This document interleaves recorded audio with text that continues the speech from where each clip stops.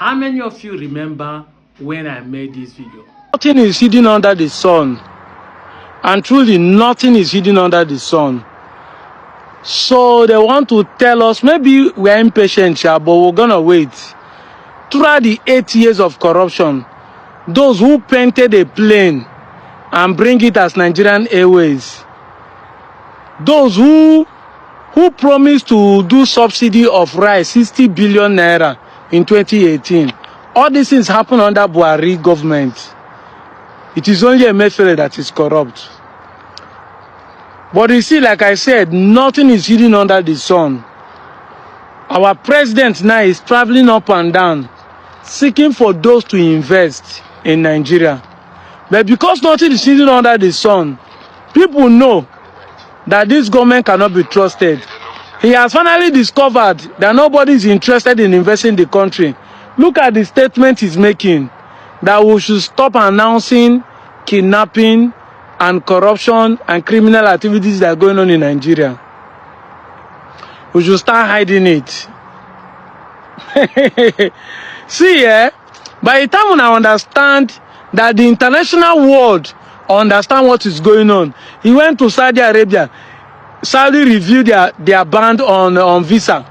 He went to UAE. UAE have not lifted the ban on visa. He went to India. India reviewed their own visa application for Nigeria. You see, people know what is going on. But in Nigeria, still they live under denial that the president is going to work because he's traveling up and down. We are not here with it. This is how Buhari started, by traveling. At the end of the day, a travel enter hospital, you know, Greek come back like after 3 months. When I go learn, you will learn in the hard way, according to a very dark man. 1 year ago today, I made this video trying to show you the hypocrisy of the government trying to hide the insecurity in Nigeria. But 1 year later, it has escalated. Nothing is no more hidden under the sun. Look at this tweet from this man, a foreigner, showing what happened in Kwara just few days ago. He has already shown it. Look at it now. When I made that video, say, why is the government hiding it? You want to hide information because you want to bring foreign investors, because you want to borrow money.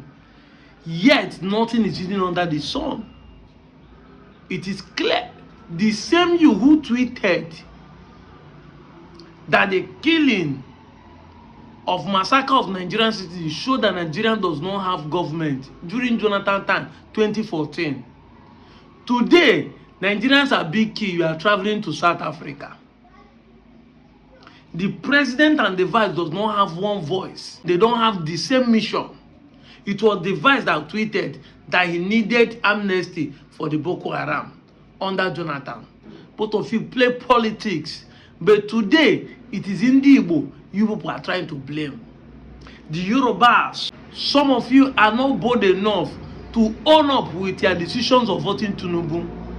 It is amazing the fact that some of you are surprised that Tinubu is not performing.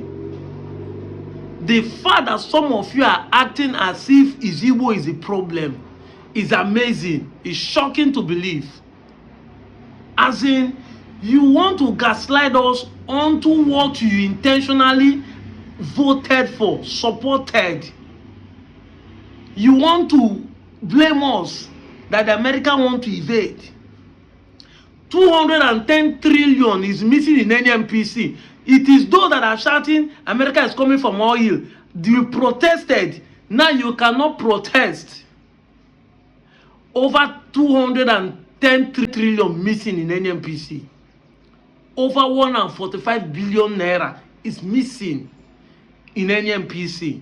Our government has stolen our own money. I bet you want to blame the America that have not even stolen. The same thing you are doing. Igbo want to dominate. But the people who are dominating and stealing it, you are not protesting and accusing them. That is how the Primate said it now. That Igbos are cursed. Now when people attack him, he want to change mouths. That Igbos are not cursed. When it is written and documented that Yoruba are the one who are caused, pause and read it. Pause and read it. I wasn't the one that wrote it there. The Yorubas stated they are the one caused. Igbos are caused. They need to do something about their desperation for presidency, or else they will never rule Nigeria again. Do they tell the Igbos are in support of being the president? If you are attending a Yoruba church, you should be ashamed of yourself.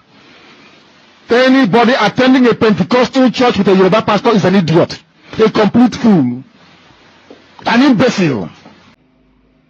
No wonder I now believe what Martin Amadikani is saying, that whoever is attending these people's church need to be cursed too.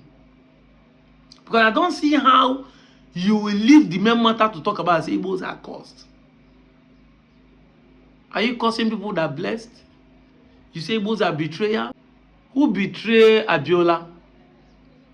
Abiola and Shoneko came from the same state. They give Shoneko interim president, he collect. Una know same as betrayal, right? He collect. Yes. Who betray him? Abiola was betrayed by his own statesman. Make we dive into the matter. Abi na Sariki and your father. The father was betrayed by the son, gave it to another person. The same betrayal that you brought Fulani to, and Fulani is buying everybody today. But instead of you people to face your problem, you are accusing Igbo. Igbo is the problem. Igbo are cursed. Even me personally, I don't believe in curse. I don't believe in that. Nobody can curse any man. We are just reaping ignorance. What we sow ignorantly is what we are reaping ignorantly. That is what is happening to Nigeria. We are reaping sentiment, tribalism. We are reaping bigotry. As far as many of you supported this government, this is how it's going to be. That is why I'm surprised that you are acting as if you don't know that Tinubu is going to be a failure. Didn't we say it that who is coming after Buhari is going to be worst? And who is coming after Tinubu is going to be worst? Except people who refuse to vote alongside sentiment and tribalism, religious sentiment and bigotry. Except so, who is coming is going to be worst. I want to call on President Trump. What is at stake is not just genocide against Nigerian Christians. He should come and save democracy in Nigeria. Democracy is under threat. I'm calling on all other developed nations, all advanced democracies, come and save Nigeria. Come and save democracy.